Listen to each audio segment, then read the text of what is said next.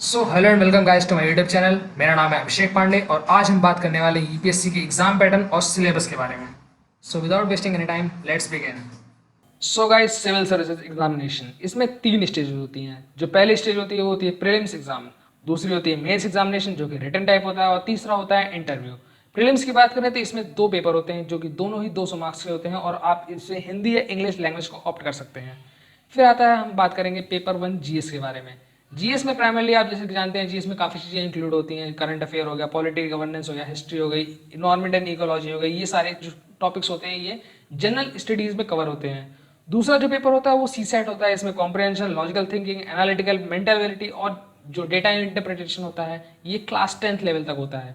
इसके बाद हम बात करेंगे मेंस एग्जामिनेशन। मेंस एग्जामिनेशन हम तब दे पाते हैं जब हम प्रीलिम्स को क्वालिफाई करते हैं। मेंस एग्जामिनेशन में आप देखेंगे तो इसमें 2 तरह के पेपर होते हैं जनरली। एक होता है इसमें क्वालिफाइंग पेपर, और क्वालिफाइंग पेपर का जो मार्क्स होते हैं वो मेरिट लिस्ट में काउंट नहीं होते हैं, ये आपको ध्यान देना पड़ेगा। दूसरा जो पेपर होते हैं इसमें वो होते हैं जो मेरिट लिस्ट में काउंट होते हैं। इसमें 7 पेपर होते हैं। एक ऐसे का होता है, 4 जीएस के पेपर होते हैं और 2 होते हैं ऑप्शनल सब्जेक्ट जो कि आप अपने ऑप्शनल सब्जेक्ट्स में चूज करते हैं। सो बात करेंगे क्वालिफाइंग पेपर के बारे में। तो जो उसमें पेपर 1 होता है वो होता है आपका एक इंडियन लैंग्वेज जो कि 8th शेड्यूल में कॉन्स्टिट्यूशन में इंक्लूडेड है। इसको आप देख सकते हैं, जो मैं इसके साथ पीडीएफ अटैच करूंगा उसमें आपको दिख जाएगी कौन कौन सी लैंग्वेज हैं जो कि प्रोवाइडेड कराई हैं 8th शेड्यूल में। फिर इसका जो सेकंड पेपर होता है वो होता है इंग्लिश का, और दोनों ही पेपर इसमें 300 मार्क्स के होते हैं। लेकिन ध्यान देने वाली बात यह है कि ये दोनों पेपर मेरिट लिस्ट में काउंट नहीं होते हैं। अब हम बात करेंगे जो पेपर मेरिट लिस्ट में काउंट होते हैं। सो जो पेपर 1 होता है वो होता है ऐसे का पेपर, और ये होता है 250 मार्क्स का है। ध्यान देने वाली बात यह है कि जो मेरिट लिस्ट के वाले सारे पेपर हैं इसमें सारे जो पेपर हैं वो 250 नंबर के होते हैं। अब इसके बाद बात करेंगे हम पेपर 2 के बारे में। अब पेपर 2 में क्या होता है, जो GS1 का पेपर होता है इसमें हम लोग जनरली देखते हैं कि जो टॉपिक्स कवर होते हैं वो इंडियन हेरिटेज एंड कल्चर होता है, history and geography, world and society के टॉपिक्स भी इसमें कवर अप होते हैं, और ये भी पेपर 250 नंबर का होता है। उसके बाद बात आती है हमारी जनरल स्टडीज पेपर 2 की। ये पेपर भी एज ऑलवेज 250 नंबर का होगा। इसमें जो टॉपिक्स कवर होते हैं वो governance, constitution, politics, social justice और इंटरनेशनल रिलेशंस कवर होते हैं। फिर हम बात करेंगे पेपर 4 की, जो कि जनरल स्टडीज का पेपर 3rd होता है। ये भी 250 मार्क्स का होता है। इसमें जो टॉपिक्स कवर होते हैं science and technology, economical development, biodiversity, environment, security and disaster management के टॉपिक्स कवर होते हैं।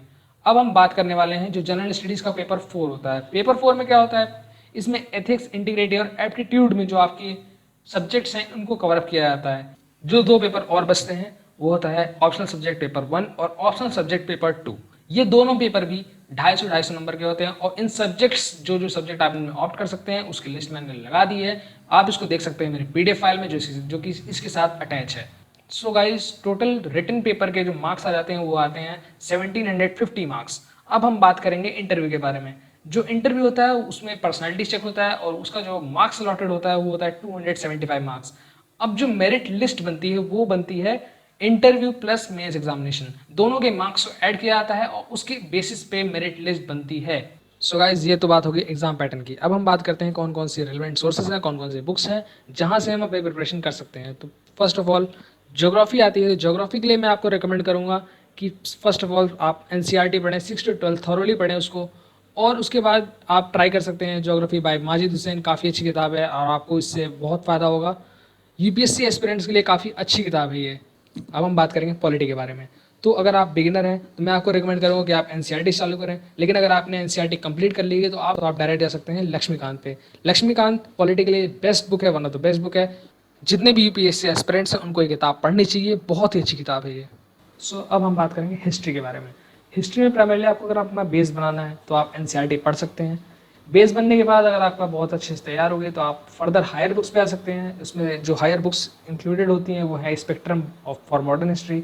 मॉडर्न हिस्ट्री के लिए एक और अच्छी किताब है जिसका नाम बिपिन चंद्रा है। आप इन दोनों में से कोई भी किताब पढ़ सकते हैं, लेकिन मैं रिकमेंड करूँगा कि आप स्पेक्ट्रम पढ़ें। अब हम बात करें इकोनॉमिक्स के बारे में। तो प्राइमरली देखिए, इकोनॉमिक्स जो चालू होती है वो एनसीईआरटी चालू होती है 9 to 12 के लिए। बहुत ज़्यादा ही इंपॉर्टेंट है 9 to 12 की एनसीईआरटी। और साथ ही साथ इसमें भी मैं बोलूँ तो प्राइमरली 11th और 12th की इकोनॉमिक्स बहुत ही ज़्यादा इंपॉर्टेंट है।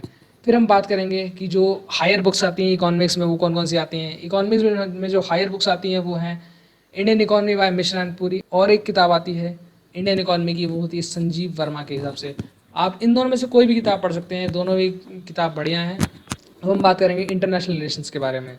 इंटरनेशनल रिलेशंस के लिए आपको ज़्यादा पढ़ने की जितनी ज़रूरत नहीं है, उतना डीप में जाने की ज़रूरत नहीं है। अगर आप करंट अफेयर्स पढ़ रहे हैं, करंट अफेयर आपको अच्छी खासी नॉलेज है, फॉरेन पॉलिसीज़ के बारे में अगर आप पढ़ना चाहते हैं तो उसके लिए किताब है, एनबीटी पब्लिकेशन की किताब है, इसका नाम है इंडियन फॉरेन पॉलिसी। काफ़ी अच्छी किताब है और रिकमेंडेड है यूपीएससी एस्पिरेंट्स के लिए। बाकी और जो सोर्सेज हैं वो हैं आपके पीआईबी प्रेस इंफॉर्मेशन ब्यूरो, यहाँ से आपको काफ़ी इन्फॉर्मेशन मिल सकती है। फिर आती है एआरसी रिपोर्ट्स और सेंसस रिपोर्ट्स, इनको आपको पढ़ के जाना चाहिए, काफ़ी फ़ायदेमंद होते हैं। डायरेक्टली क्वेश्चंस उठ के चले आते हैं इन सब रिपोर्ट्स में से।